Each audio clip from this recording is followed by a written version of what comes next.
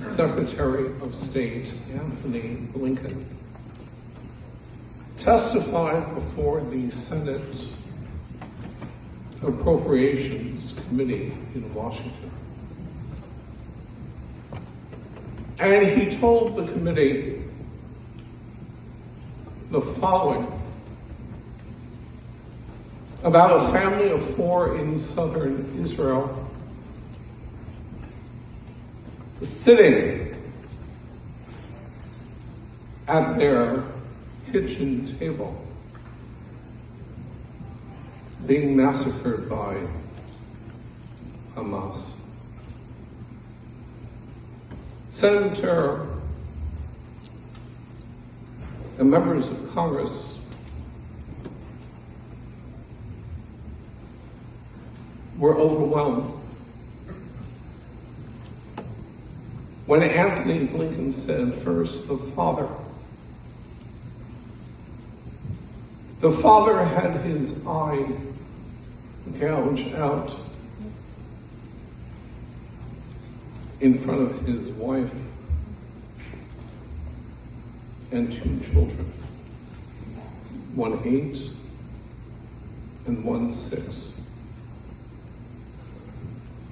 And then the mother had her breast cut off. And then the sweet little 8-year-old girl had her foot amputated.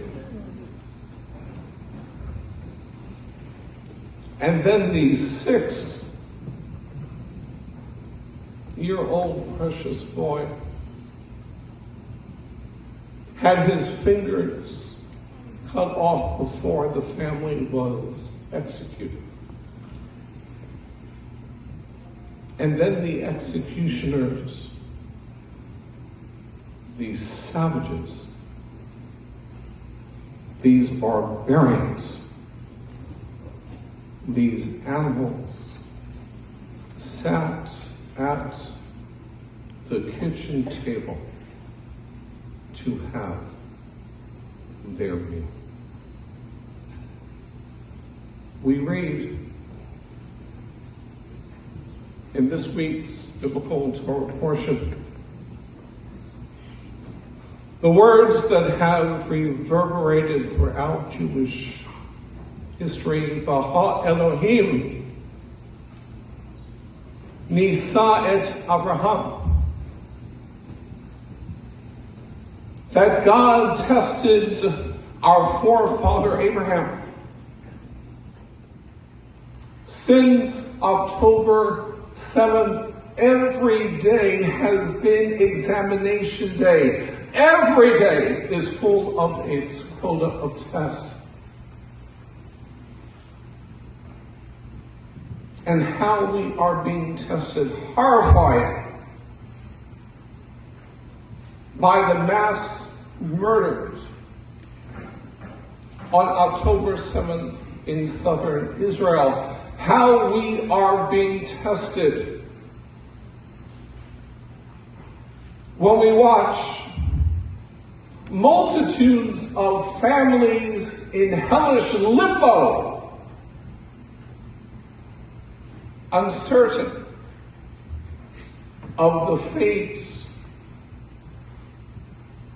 of more than 230 hostages, uncertain of the fates of their dearest loved ones. And how all of us are being tested this evening on behalf of Soroka Medical Center, the premier medical center in southern Israel. We are being tested to give unparalleled, unprecedented amounts and levels of charity as Soroka continues to take care of the wounded survivors of the massacre, and as Soroka is the premier medical destination for wounded Israeli soldiers in Gaza. V'ha Elohim nisa et Abraham. How we are being tested. How we are being tested when Hamas has unleashed the forces of anti-Semitism both here and around the world.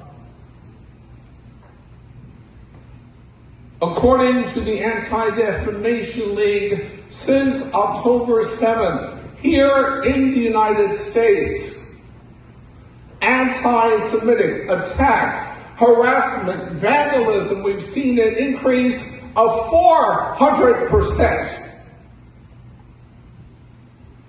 Austria, 300%. Germany, 250%. The United Kingdom, 220%. In France alone, since October 7th, 830 anti-Semitic attacks. My friends, how we are being tested. The forces of anti-Semitism when the UN Secretary General Antonio Guterres revives one of the most pernicious anti-Semitic tropes, saying that the attack by Hamas did not happen in a vacuum, suggesting that it was Israel who provoked the massacre, suggesting that we brought on the tragedy on ourselves, and blaming Jews for our suffering is one of the most indispensable parts of historic anti-Semitism. How we are being tested. And then here in New York, our own children, Jewish students on college campuses and universities who may have enrolled in those schools to learn about the history of anti-Semitism, not to experience anti-Semitism. And why the chief imam of New York, Imam Shamsi Ali, and I tomorrow, yes, I will be addressing the student leaders from the Muslim student associations on the various campuses, reminding them you want to protest. You want to demonstrate. Those are our American freedoms. But do not cross the line when it comes to violence, confrontation, intimidation. Let us agree to disagree without being disagreeable.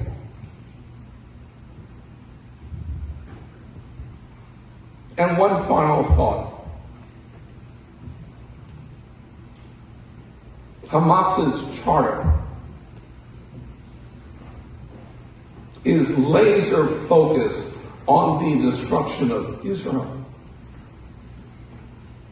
But how many know that Hamas's charter, Article 7, is hell-bent on the destruction of the Jewish people? They portray their struggle as a war of faith and religion, Islam versus Judaism, Muslims versus Jews, and according to their twisted theology, their day of judgment will not come about until all Jews are killed. Yes, we are being tested.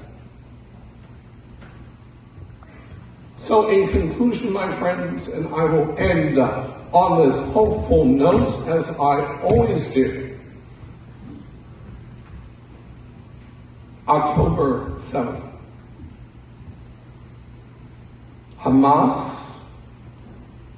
made a fateful mistake. They thought they were targeting defenseless Jews. But remember that 2023 is not 1943. And that 2023 is not like any other period in Jewish history. 2,000 years of oppression, persecution, subjugation, coercion. 2,000 years from the exile to the Crusades, to the Inquisitions, to the pogroms, to the Holocaust. Because of the state of Israel, we are no longer defenseless. We are no longer helpless. It is the state of Israel that will protect and defend the honor and the dignity of every single Jew. October 7th is yet again a reminder of the necessity of Jewish power. Our motif of passivity and helplessness, that's a thing of the past. So with a Christian Zionist pro-Israel president in the White House, with an ironclad support of the United States for the state of Israel, and even with the beginning of a paradigm shift that I have seen in the greater Muslim Arab world in its condemnation of Hamas, its barbarism and savagery. We are all confident that Israel will prevail, that Israel will eradicate Hamas, that Israel will defend the Jewish people from the animus of anti-Semitism. Am Yisrael Chai.